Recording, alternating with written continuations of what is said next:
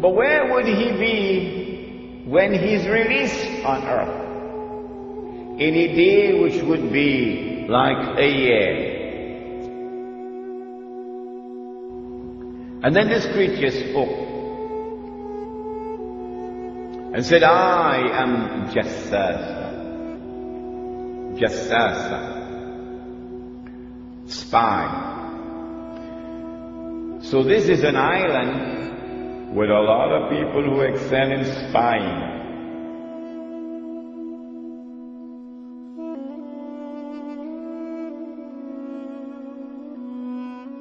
The 11th century Europe was ruled by the Church, which held a firm grip on the hearts and minds of the people.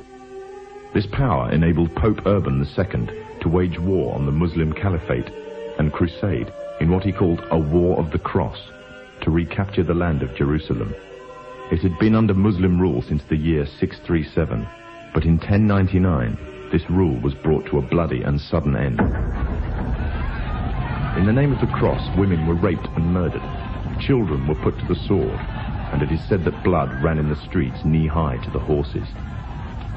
Out of this land of bloodshed and terror, a group of men arose. Men that would stop at nothing to get what they wanted, no matter what the cost. 20 years after Jerusalem was taken, the Dome of the Rock was seized by a group of warrior monks calling themselves the Knights of the Temple of Solomon, or more simply, the Knights Templars. In Jerusalem, the Templars began to deviate further and further away from the practices of Christianity. They learnt the secret arts of the Kabbalah, an ancient form of Jewish magic, along with its dark rites and rituals. The Jews had learnt the arts from the pagans of ancient Egypt during the times of enslavement to the Pharaoh, and developed them into Babylon at the time of Nebuchadnezzar. In 1307, King Philippe of France arrested them for charges of denial of Christ, homosexuality, and idol worship, as well as magic.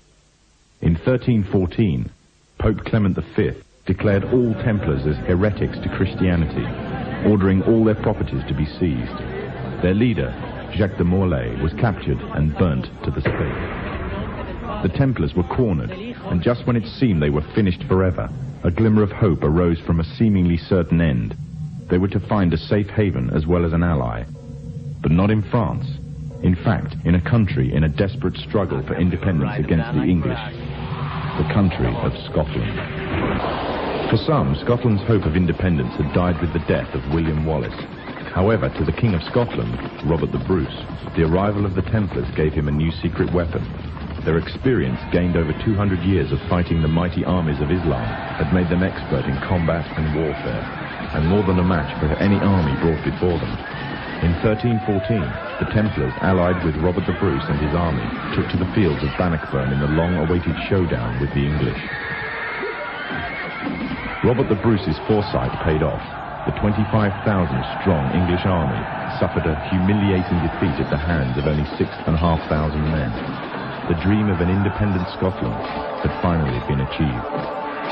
The Templars had brought themselves back from the brink of destruction, and never again would they allow themselves to be destroyed. This time, they would control the country by controlling its kings, and in order to preserve their secret order, the Templars would have to die, or more precisely, the name would have to die.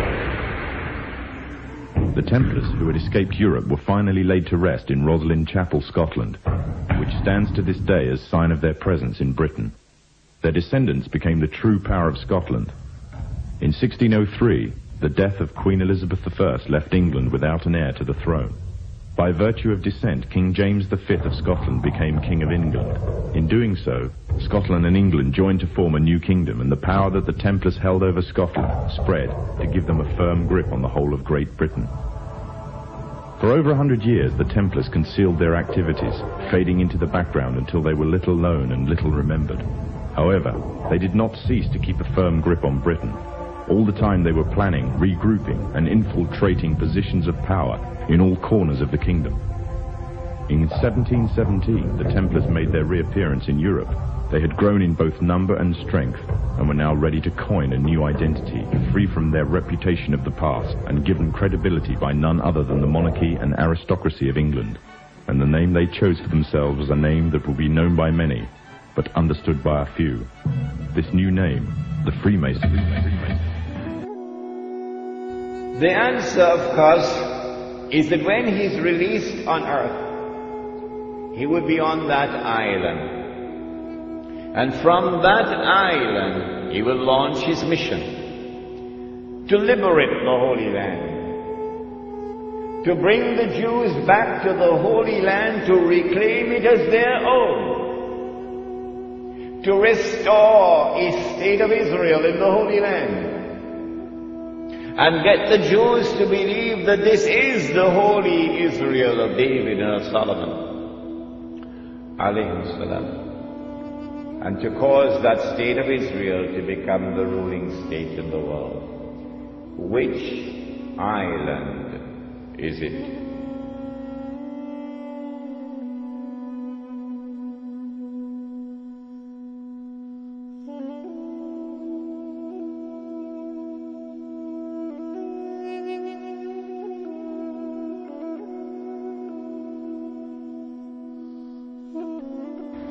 An amazing thing has happened.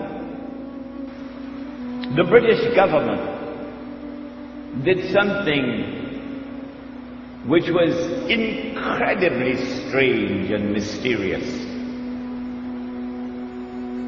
A Britain which is now the prince of the secular world. The secular world takes religion out of politics. And Britain is the prince of the secular world. Britain issues a declaration known as the Balfour Declaration in November 1917 that it is the intention of His Majesty's government to work for the establishment of a Jewish national home in the Holy Land. Did you hear that? The only thing stranger than that that ever occurred in history was the day that the cow jumped over the moon. Why would a secular state, which leads the world of secular states, declare its intention to work for the establishment of a Jewish national home, meaning a Jewish state, in the Holy Land? 2 months later, this was October 1917, in December 1917, it is the British Army, led by General Allenby, which defeats the Ottoman Islamic Army and liberates the Holy Land. And when Allenby entered into Jerusalem, the British general declared, "Today, the Crusades are over." Oh, but the Crusades were supposed to have been Christian wars. And you are now a secular state. You're not a Christian state, you're a secular state. How come a secular Britain is continuing a crusade started by the Pope 1,000 years before? That's strange. That is incredibly strange.